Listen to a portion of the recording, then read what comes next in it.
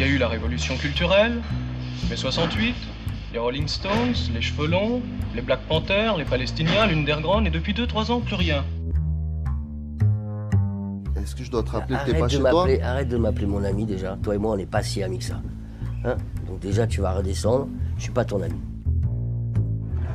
Tu me vois prendre mon pied et attaquer des vieilles dames avec nos futurs tatoués sur la poitrine? Je comprends rien de rien à ce qui se passe. T'as qu'à voir à la télé, les mecs, ils ont pas de ventre. On sait même pas s'ils chient. Mais célébrer, pourquoi vous voulez célébrer le cinéma? Parce que... Il est pas assez célèbre déjà? Ou il l'est plus assez? Bonjour et bienvenue à tous et à toutes dans ce nouvel épisode de l'Eclipse. Aujourd'hui, on est avec Jordan. Comment ça va, Jordan? Salut Elric, salut à tous, ça va très bien, je te remercie, et toi? Ça va super. Et on est aussi avec Robin, aka Cole sur Twitter. Salut, ça va super, merci.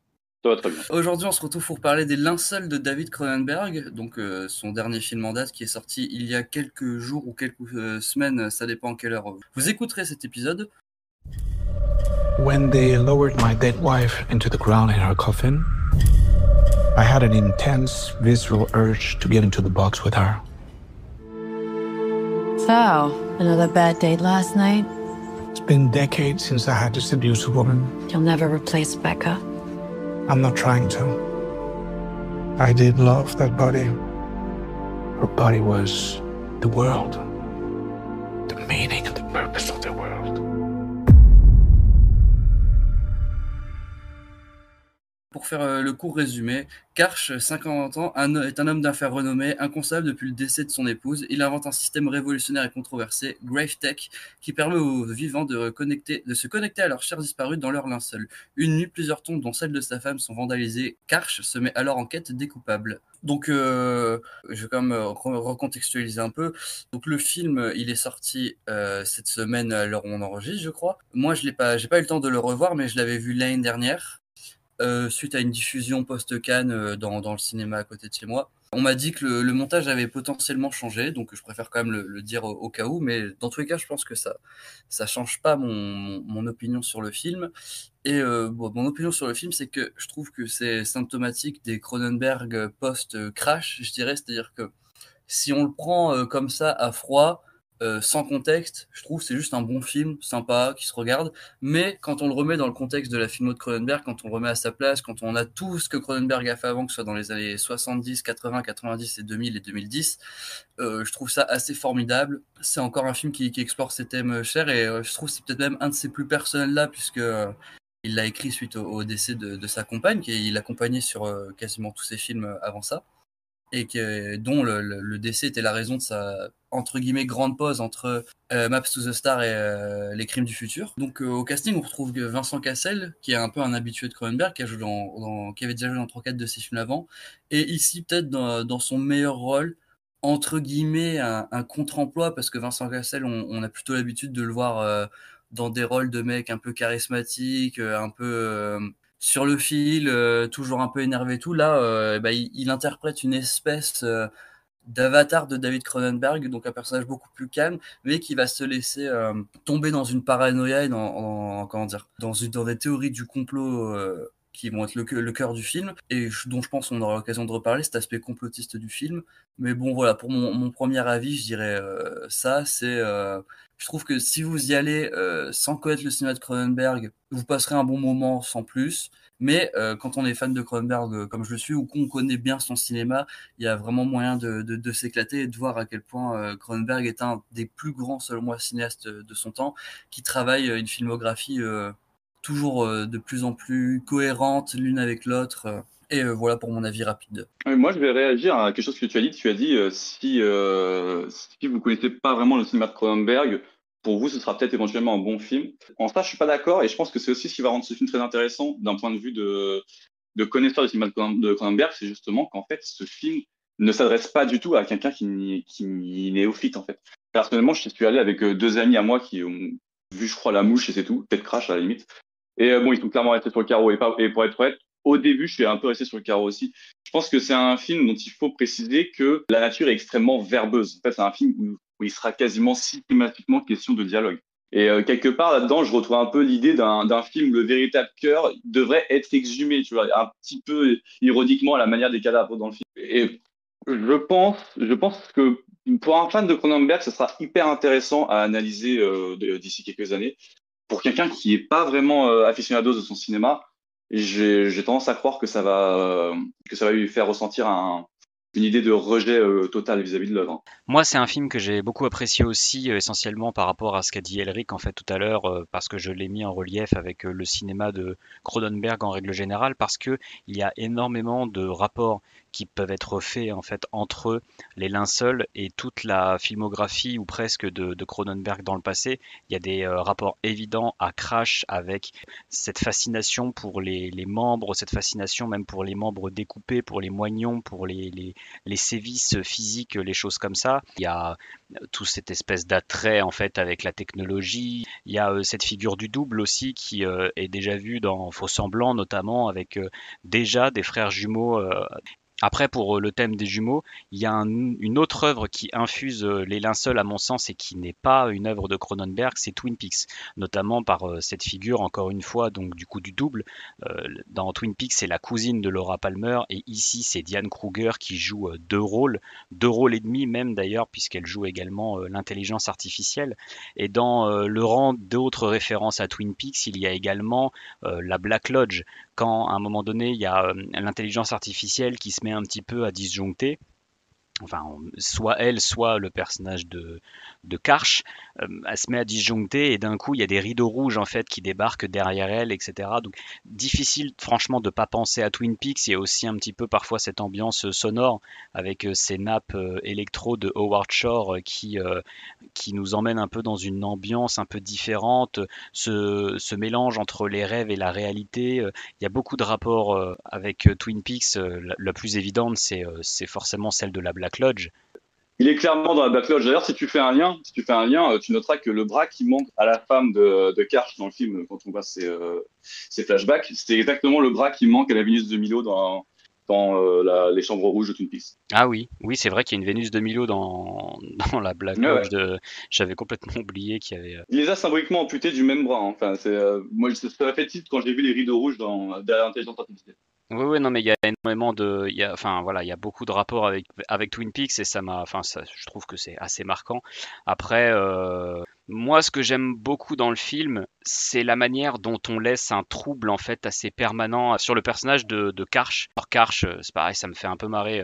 Ça ressemble beaucoup à Crash, quoi. Mais j'aime beaucoup moi ce personnage qui au départ, on a vraiment l'impression que il joue la victime, le mec un peu dépassé par les événements. Puis en fait, bon, peut-être pas tant que ça. Il y a vraiment une sorte de doute qui se mêle. Mais même en dehors de ce doute-là, il y a quand même énormément de phrases qui sont un peu douteuses venant de ce personnage-là et qui en font un personnage qui, je trouve, fait assez froid dans le dos et qui est un personnage assez terrifiant. C'est notamment au tout début du film, il a une sorte de date en fait avec une autre femme. Voilà, il me semble, c'est parce que son dentiste lui conseille de la fréquenter parce qu'ils ont la même empreinte dentaire ou je sais pas quoi. Enfin, encore un truc, c'est un peu. Parce que le chagrin contamine les dents et en fait du coup le dentiste connaît deux personnes célibataires, il se dit bah tiens oui voilà c'est ça, il les met en relation, mais bon bref. Donc premier date, il emmène cette femme dans son cimetière, parce que je pense pas que ce soit une idée de génie que d'emmener une femme dans un cimetière, mais le mec va encore plus loin, c'est-à-dire qu'il décide de montrer le corps en putréfaction de sa femme. Bon voilà. D'un point de vue perversité, je pense que ça se pose déjà pas mal et ça fait 5 minutes qu'on est dans le film. Et surtout, la phrase terrifiante dont je parlais, c'est-à-dire qu'il est en train de montrer le corps de sa femme en putréfaction. Donc il dit à cette femme que son invention, d'une certaine manière, ça lui permet de posséder le corps de sa femme. Peut-être même encore plus que quand elle était vivante. Et je trouve que c'est vraiment une phrase terrifiante venant d'un homme à propos d'une femme. C'est vraiment un truc, genre vraiment encore le côté possession patriarcale du corps d'une femme. Je trouve que c'est vraiment juste, pour moi, je trouve ça absolument terrifiant. Et il y a un autre petit détail, pareil pour la différence de genre, au niveau du genre, c'est que toutes les femmes sont assez terrifiées devant cette invention. Bon, il n'y en a pas 50, il y a la sœur du coup, donc la belle-sœur qui est jouée par Diane Kruger qui fait 2 rôles, 3 rôles dans le film. Et il y a du coup ce premier date dont je parle. À chaque fois que Karch montre l'image de sa femme, elles sont toutes les deux dégoûtées, il n'y en a aucune des deux qui veut réellement regarder cette image, alors que la même image montrée à des hommes, ça les choque pas du tout. Genre ils sont vraiment, il y a Maori qui est joué par Guy Pearce qui est, il en a rien à cirer, ses limites si le gars il est à moitié fasciné par ça. Il y a un radiologue un peu plus tard dans le film aussi, pareil, l'image pour lui tout va bien. Il y a évidemment le personnage de Karch. Enfin je trouve que c'est pareil, c'est assez intéressant de voir que les hommes sont assez fascinés par l'idée d'observer le corps d'une femme en putréfaction pendant que bah, forcément les femmes, elles, ça les dégoûte. Mais je pense que ça les dégoûte notamment pour le principe même de voir un corps en putréfaction, mais aussi le corps d'une femme et de se dire bah, peut-être qu'un jour ça sera moi à cette place-là et bah forcément c'est un côté voyeur dégueulasse quoi. Enfin voilà, il y a beaucoup de choses je trouve qui tournent autour de cette chose-là au niveau des femmes. Il y a aussi forcément toute cette espèce plus tard la relation un peu de jalousie maladive qu'a Karch vis-à-vis de sa femme qui du coup bah tu l'as dit tout à l'heure Robin se fait amputer parce qu'elle a un cancer donc voilà il y a pas mal de parties de son corps qui sont retirées et puis voilà, il y a encore le côté possession d'un corps par Karch qui se retrouve dépossédé d'un corps mais qui n'est pas le sien en fait, qui est celui de sa femme, en parallèle avec celui d'un docteur qu'on ne voit pas dans le film mais qui lui au contraire prend possession du coup du corps de cette femme en récupérant des morceaux, en récupérant voilà un bras, en récupérant un sein. Enfin, il y a des choses, il y a beaucoup de choses qui tournent comme ça autour du côté un peu dégueulasse qu'on fait au corps d'une femme.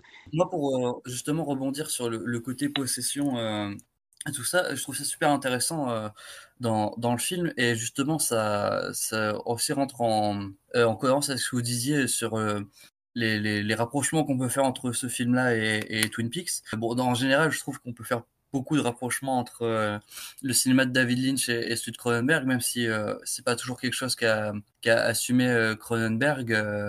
Je pense notamment au début des années 2000 à l'occasion de Spider où il disait qu'il aimait le cinéma de Lynch, mais qu'il s'en distanciait idéologiquement. Là, comment dire, le thème de la possession du corps de la femme, c'est un thème qui est complètement très lynchien, et surtout dans Twin Peaks, ce qui passe par le double aussi.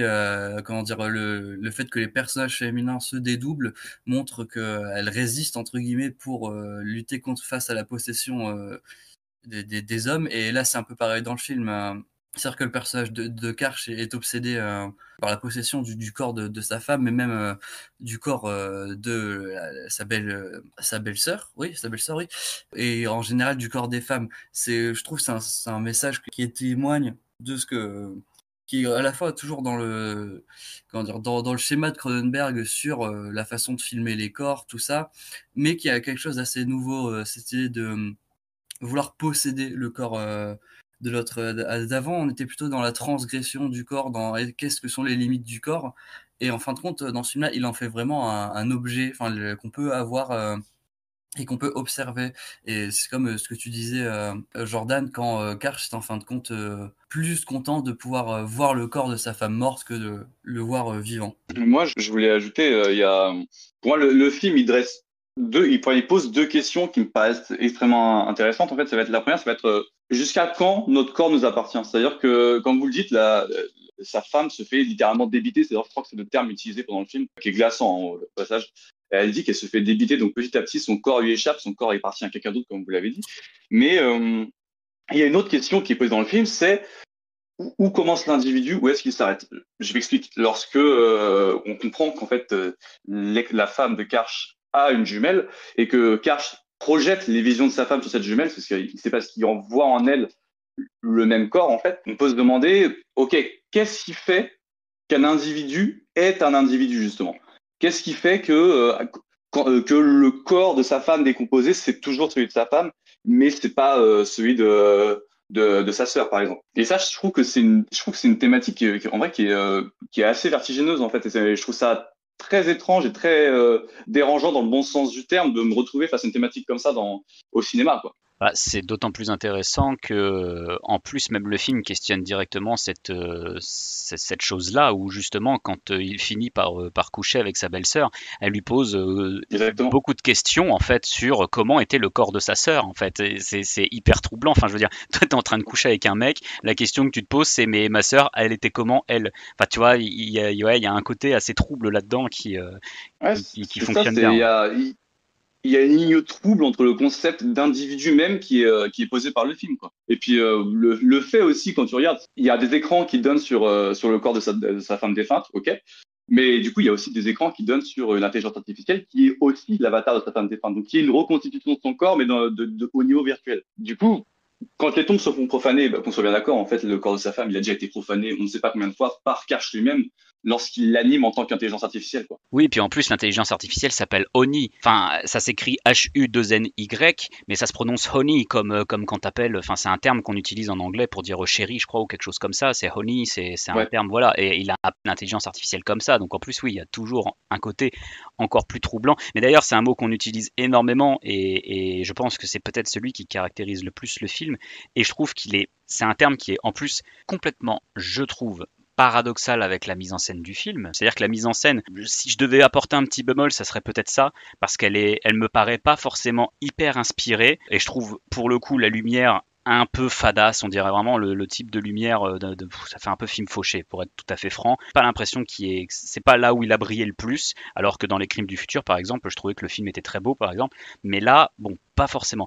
Et le film est toujours sur un sentiment assez, entre guillemets, plat, comme ça, sur la mise en scène, mais il dégage en permanence un trouble comme ça, un truc un peu en sous-texte, toujours un peu dégueulasse, tu vois, genre toujours un truc un peu comme ça, où, tu vois, ce personnage-là, il n'est pas forcément montré comme tel, mais quand il parle, il y a quelque chose qui te dérange. Et dans ses actes, il y a quelque chose qui est dérangeant. Et d'un coup, genre, tu sais pas pourquoi le type, il va se mettre dans son propre linceul. Et même ça, c'est dérangeant, tu vois. Genre, il y a toujours quelque chose comme ça qui met un peu mal à l'aise. Enfin, c'est vraiment un film très trouble. D'ailleurs, dans le trouble, pour glisser sur un autre truc qui m'a beaucoup plu dans le film, parce que je dis qu'au niveau de la mise en scène c'est assez plat, mais il y a un truc que j'ai adoré, ce sont ces raccords en fait entre les rêves et les réalités, ces transitions entre au moment où Karch se réveille de son rêve, qui sont d'ailleurs grosso modo plutôt des cauchemars, c'est-à-dire que en fait déjà ces rêves se passent systématiquement dans la même pièce que là où il va se réveiller,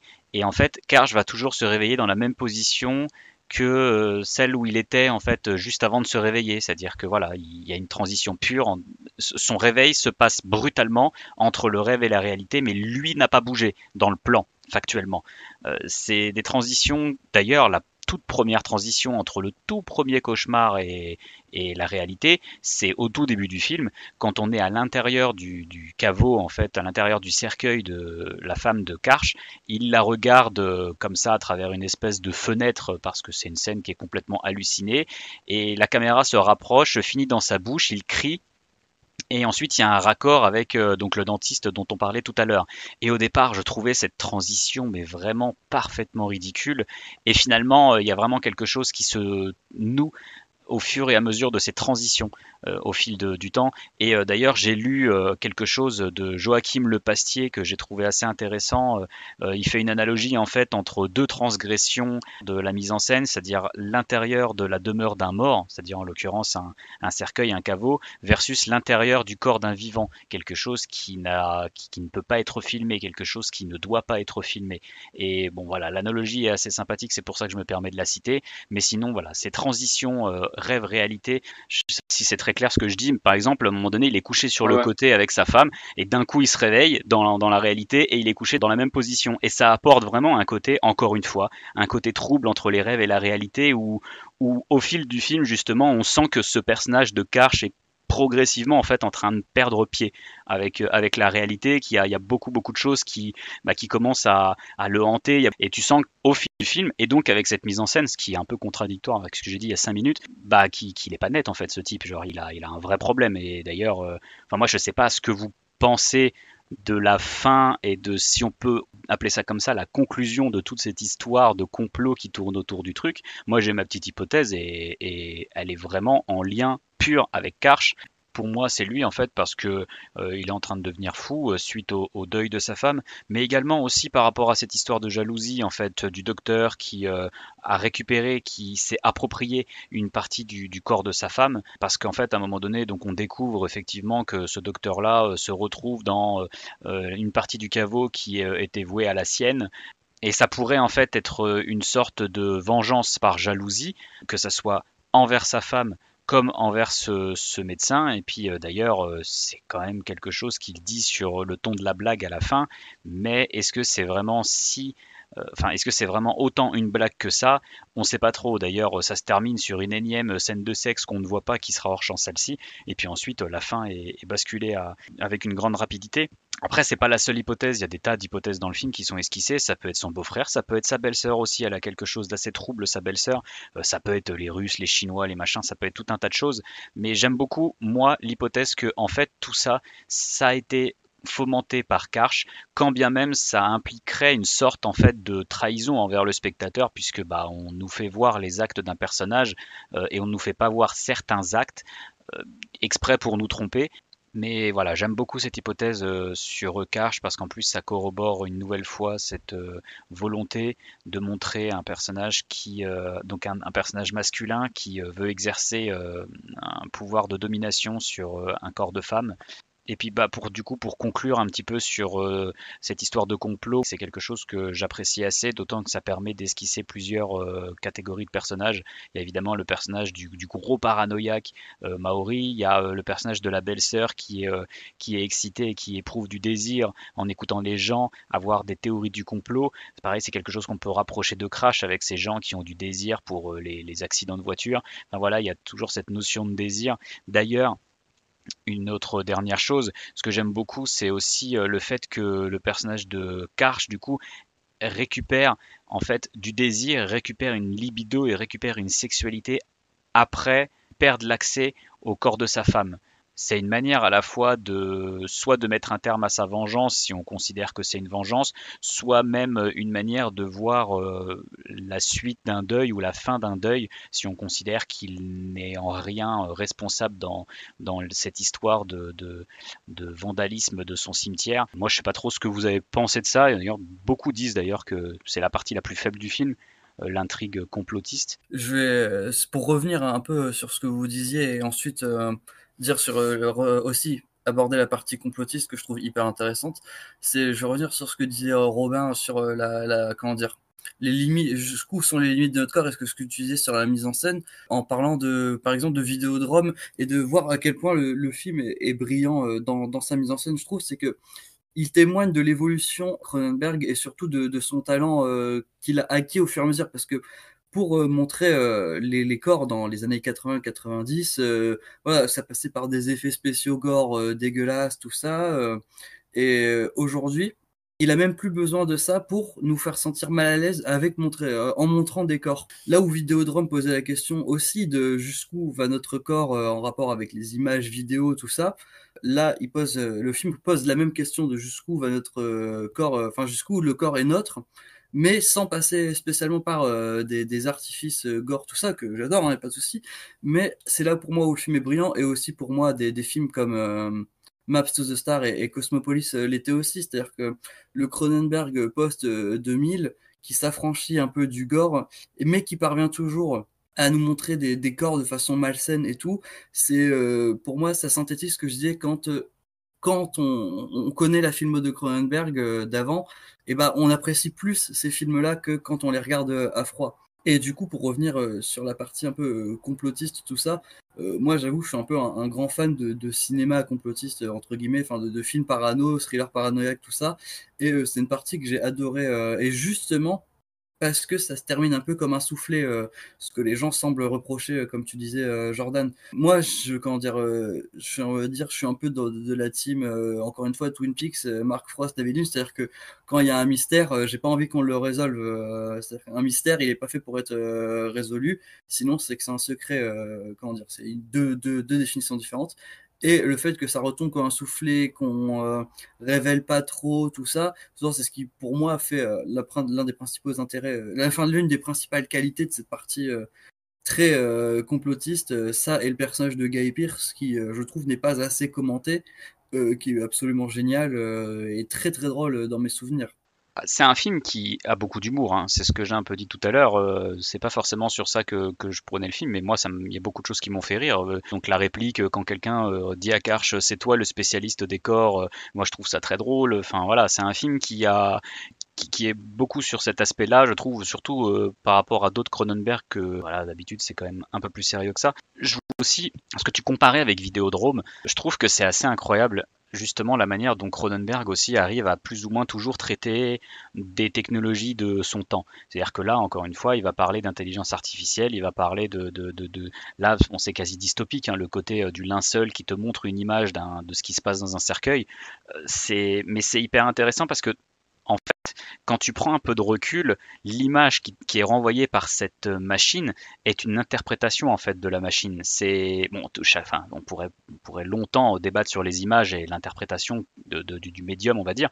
Mais là, c'est vraiment genre, en fait, c'est quelque chose qui est, comment dire, c'est une image qui est créée artificiellement, qui est créé informatiquement par un outil qui capte en fait les choses et qui les reproduit. Mais c'est pas une réelle image en temps réel, c'est pas une caméra en fait qui est placée dans le cercueil pour le dire rapidement. C'est pas comme ça que ça marche. Et c'est d'autant plus intéressant que du coup, en fait, il y a tout un thème aussi sur comment on peut retoucher ces images, comment on peut se glisser en fait à l'intérieur du code du truc pour montrer de fausses informations, montrer des fausses choses, ce qui va continuer et contribuer à alimenter la paranoïa de Karch. Et voilà, je trouve que c'est quelque chose qui est super.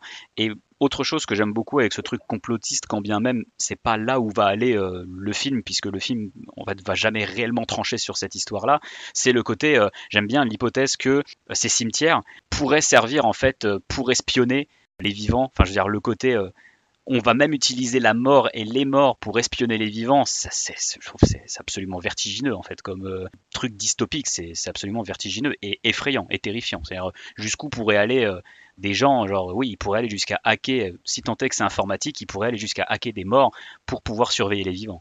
C'est le rêve ultime du capitalisme, ça. Hein. C'est vraiment l'idée de pouvoir exploiter les gens même dans leur mort. Quoi. Et en vrai, quand tu repenses à ça, il y a moi ce que je trouve glaçant dans le film aussi, c'est toi tu parlais de certaines répliques, mais moi je vois juste que pendant tout le film, le personnage de Karch va vraiment parler en permanence de la mort, mais il va en parler comme s'il vendait un produit comme un autre. C'est-à-dire que il va en parler avec des clients, on va parler d'accords commerciaux, alors qu'en fait, littéralement, il fait littéralement le commerce de la mort. Enfin, c'est comment le commerce des Maccabées qu'il fait. Mais je me dis que là, il y a une ironie un petit peu amère quand même sur voilà ce rêve ultime capitaliste qui voudrait créer de l'argent sur l'existence des gens, même si leur existence en question implique d'être mort. Tu vois. Puis il y a beaucoup de, oui, il y a une scène qui est marquante. Je parlais d'un radiologue tout à l'heure. C'est quand il retourne pour parler à Karch des images de sa femme.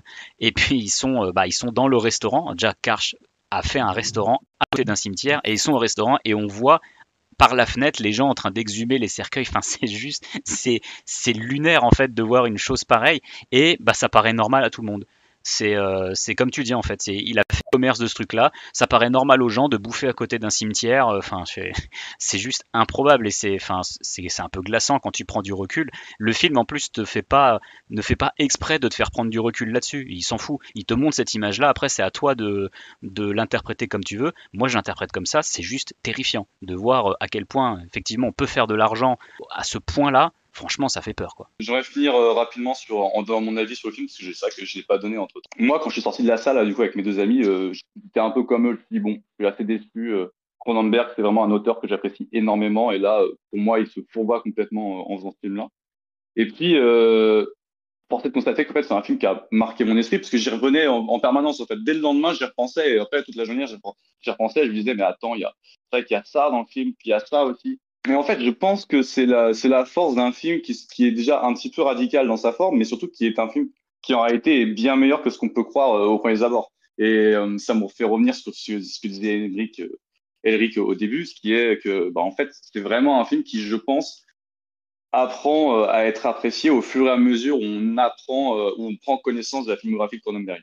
Ouais, je suis entièrement d'accord. Puis en plus, moi, comme je l'ai dit en préambule, c'est un film que j'ai vu il y a quasiment 1 an et je tiens à dire que c'est un film qui vieillit très bien en plus en tête. C'est-à-dire que je pense qu'il m'en laisse un meilleur souvenir maintenant que quand j'étais sorti de la salle à l'époque. Ça me fait pareil, tu vois. Plus je l'ai vu, j'ai vu dimanche dernier et concrètement le film, plus j'y repense à chaque fois, plus je l'aime. Bah après, il faut aussi avouer que le film, je trouve qu'il te travaille pas dans. C'est pas un défaut hein, que je dis. Il te travaille pas dans le plaisir immédiat. Moi, je le trouve franchement assez mal aimable en fait comme film. Encore une fois, au niveau Ouais, de, exactement. toi, au niveau de Oui, oui, l'image, je il est pas hyper attrayant. Il y a rien, il y a pas de belles images qui te disent ah putain c'est beau et tout. Non, quasiment jamais. Ça fait que de jacter pendant 90% du film. C'est pas un film très aimable. Moi, je vous avoue que pendant le visionnage, parce que moi j'ai quasiment adoré le film dès qu'il s'est terminé. Mais même si j'ai été très surpris de cette fin qui est hyper abrupte et je me suis dit hein quoi bah non tu peux pas t'arrêter là-dessus bâtard genre non ça se fait pas tu vois genre mais je veux la fin de l'histoire bon du coup j'ai pas la fin de l'histoire tant pis c'est pas grave la fin tu te l'inventes on va dire même si encore une fois il y a pas mal de pistes bon bref et mais par contre pendant le film ça m'a de me dire waouh putain au départ tu te dis waouh on se fait un peu chier quand même enfin pas on se fait chier c'est pas vraiment ça mais c'est genre il veut aller où avec toute cette histoire genre, en fait c'est très touffu dès le départ et c'est après que ça commence un petit peu à tu sens qu'il a c'est une pelote de laine qui tisse en fait au fur et à mesure mais au départ genre c'est vraiment un gros machin un peu je vais pas dire informe mais tu sais tu as du mal un petit peu à voir où il veut en venir et c'est vraiment au fil du temps que ça commence à dégager des thèmes et tout. Et j'avoue que à un moment donné, enfin même pour tout dire, il y a quelqu'un sur Twitter qui avait dit qu'il avait trouvé très drôle la réplique. En fait, Cronenberg fait dire à Vincent Cassel que c'est quand même dégueulasse les hommes qui couchent avec des gamines de 19 ans. Et bon, c'est vrai que c'est assez drôle et assez ironique venant voilà de Vincent Cassel qui est quand même un peu peut-être pas 19 ans, mais c'est un spécialiste du genre quand même. Et en fait, pour tout avouer, je me rappelais pas du tout qu'il disait cette réplique parce que c'est tout pile le moment où je me suis un peu déconcentré du dialogue parce que ça parle tellement qu'à un moment donné, moi, j'ai pas pu absorber tous les dialogues qui viennent. Donc c'est dommage parce que c'est une réplique qui est très drôle. Mais voilà, c'est pas un film très aimable. Mais une fois que c'est fini, c'est vrai que quand tu as le tableau en entier, tu t'es dit, waouh, quand même, quel film, quoi. Que ça soit ces séquences de rêve, que ça soit cet art complotiste, effectivement, qui plaît un petit peu moins aux gens, ces bonbons pour fans de Cronenberg et aussi pour ceux qui voient toutes les références à Twin Peaks, il y a vraiment beaucoup de choses. Et alors, il faut le dire, effectivement, moi j'ai trouvé Vincent Cassel plutôt bon et Dick Kruger, je l'ai trouvé génial. Dans son triple rôle là de jumelle et d'intelligence artificielle, elle est vraiment, enfin, elle joue à la fois des femmes très étrange, comme on voit souvent chez Cronenberg, mais aussi une femme très très fragile qui, comme tu l'as dit tout à l'heure, Robin, qui se fait démembrer. Cette intelligence artificielle également qui est au départ une intelligence artificielle tout à fait normale et puis qui au fil du temps devient de plus en plus trouble, étrange, qui te met un peu mal à l'aise, qui se met à faire des trucs que t'as pas demandé et d'un coup genre, tu te dis mais putain mais ça y est elle est en train de disjoncter ou est-ce que c'est pas plutôt Karch qui disjoncte d'ailleurs, enfin bon bref il y a beaucoup de choses comme ça qui tournent autour de cette intelligence artificielle. Non, franchement, Diane Kruger, vraiment incroyable dans ce film. Et puis voilà, la musique d'Howard Shore avec ses nappes électro, vraiment génial. Et puis voilà, je pense qu'on a un peu fait le tour sur tout ce qu'on a à dire sur ces linceuls de David Cronenberg. Maintenant, on va vous conseiller très rapidement d'autres films.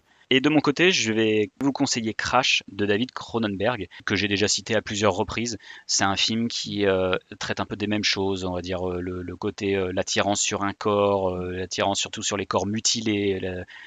C'est un film très trouble, il y a énormément de désir dans ce film. Vraiment, ça brosse un petit peu tout ce qui tourne autour du désir. C'est quelque chose qu'on n'a pas trop dit sur les linceuls, mais c'est vrai que les linceuls aussi parlent énormément de désir sexuel. Voilà, donc Crash et les linceuls que je vous conseille d'aller voir en salle puisqu'il vient de sortir et donc normalement il sera toujours en salle. Elric ? Ouais, alors moi je vais aussi recommander un Cronenberg, un qui est assez entre guillemets méconnu, en tout cas que je trouve pas assez commenté alors que moi c'est un de mes préférés, c'est M Butterfly de 93 avec Jeremy Irons et John Lone. Qui raconte l'histoire vraie d'un diplomate français qui tombe amoureux d'une chanteuse d'opéra, sauf que il va s'avérer, ils vont vivre toute une histoire d'amour et il va s'avérer que cette chanteuse d'opéra est un chanteur et que c'est un homme qui se fait passer pour une femme afin de voler des informations au gouvernement français. Enfin, c'est un film que je trouve magnifique et pas assez commenté dans la filmographie de Cronenberg. Après, c'est pas le plus facile à trouver sur les plateformes ou en physique. Mais voilà, si vous avez l'occasion, je vous recommande M Butterfly. Et évidemment, je vous recommande Les Linceuls. Je pense qu'on a été assez clair là-dessus. Robin, est-ce que tu as un film à nous conseiller ? Oui, bah moi je vais vous conseiller du coup l'avant-dernier film de David Cronenberg, donc Les Crimes du futur, que j'ai trouvé immédiatement comme étant un grand film, déjà parce que c'est magnifique, Mais surtout, ce que je trouve très intéressant dans ce film, c'est que ça raconte l'histoire du coup grosso modo, d'un couple d'artistes dont l'art se résume à s'extraire des organes. Et finalement, ce film-là, c'est un petit peu Cronenberg qui regarde clairement droit dans les yeux son art à lui et qui revendique, je trouve, pour la première fois, cette mutilation du corps comme étant un art. Et voilà, tout simplement, je trouve que c'est un film qui est, pour moi, voir un auteur parler de son art un peu plus frontalement, je trouve que c'est toujours très intéressant, surtout quand c'est un auteur de la trempe de Cronenberg. Voilà, de recommander un film de Cronenberg, ce serait lui. Et moi, je serais peut-être un peu plus mitigé pour vous recommander immédiatement Les Linceuls. Je pense qu'il faut d'abord avoir vu plus de Cronenberg avant d'aller le voir.